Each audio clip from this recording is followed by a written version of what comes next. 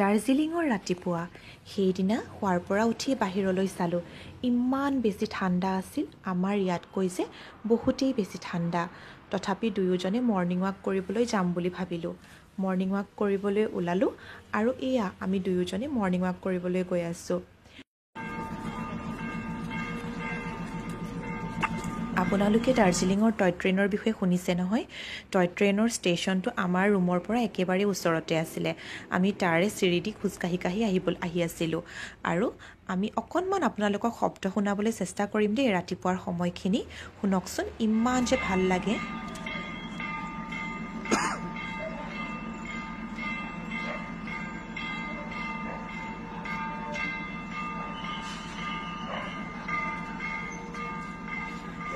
ইয়াতে প্ৰায়খিনি মানুহে ৰাতিপুৱাৰ সময়ত মৰ্ণিং ৱাকৰ বাবে ওলাই আহে। ইমান ধুনীয়া এটা পৰিৱেশ। তাৰ কাষতে দেখিলোঁ বাইদেউ এগৰাকীয়ে গোমধান পুৰি আছে। সেই গোমধান লৈ পেলাই আমি দুয়োজনে খালোঁ। টয় ট্ৰেইনৰে পুৰণা দুটা ডবা সংলগ্ন কৰি এখন কেফেও খুলি থোৱা হৈছিলে, য'ত ব্ৰেকফাষ্টৰ সকলো ব্যৱস্থা কৰা হৈছিলে। ট্ৰেইনৰ ইঞ্জিনসমূহ ৰেডি কৰি থকা হৈছে। আমি সেইখিনিও চাবলৈ চেষ্টা কৰিলোঁ। মানুহজনে টয় ট্ৰেইনখনত উঠাৰ খুবেই ইচ্ছা কৰিছিলে, সেয়েহে টয় ট্ৰেইনখনৰ বাবে টিকেট কাটিবলৈ চেষ্টা কৰিছিল, কিন্তু অফলাইন টিকেট তেওঁলোকে বন্ধ কৰি থৈছিলে। আমি উঠিবলৈ নাপাম বুলি যিহেতু ভাবিলোঁ, সেই ৰৈ থকা ট্ৰেইনখনতে দুয়োজনে দুটামান প'জ দিলোঁ আৰু ষ্টেচনতে বহি দুখনমান ফটো ক্লিক কৰিলোঁ। তাৰপিছত আমি ওলাই গ'লোঁ মল ৰোডৰ ফালে। মল ৰোডটো খুবেই ধুনীয়া, চাফা আছিলে। সেইফালে অৱশ্যে গাড়ী চলিবলৈ দিয়া নহয়। আমি আগবাঢ়ি গৈ আছিলোঁ।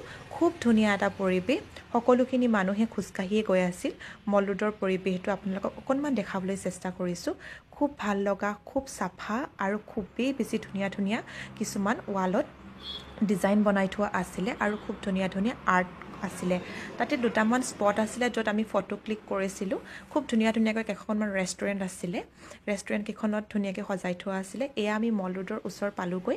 মল ৰোড পোৱাৰ পিছত তাতে আমি দুখনমান ফটো ক্লিক কৰিলোঁ। ফটো ক্লিক কৰি আজি মল ৰোডৰ পৰিৱেশটো অকণমান দেখালোঁ। খুব ধুনীয়া লাগিছিল। সকলোখিনি মানুহে ফটো ক্লিক কৰিছিল, কিবা কিবি ভিডিঅ' বনাই আছিল। মল ৰোডৰ পৰা উভতি আহি খুবেই ইচ্ছা কৰিছিলোঁ। তেতিয়া 9:10 হৈছিল। 9:35ত টয় ট্ৰেইনখন আছিলে। আমি ইচ্ছা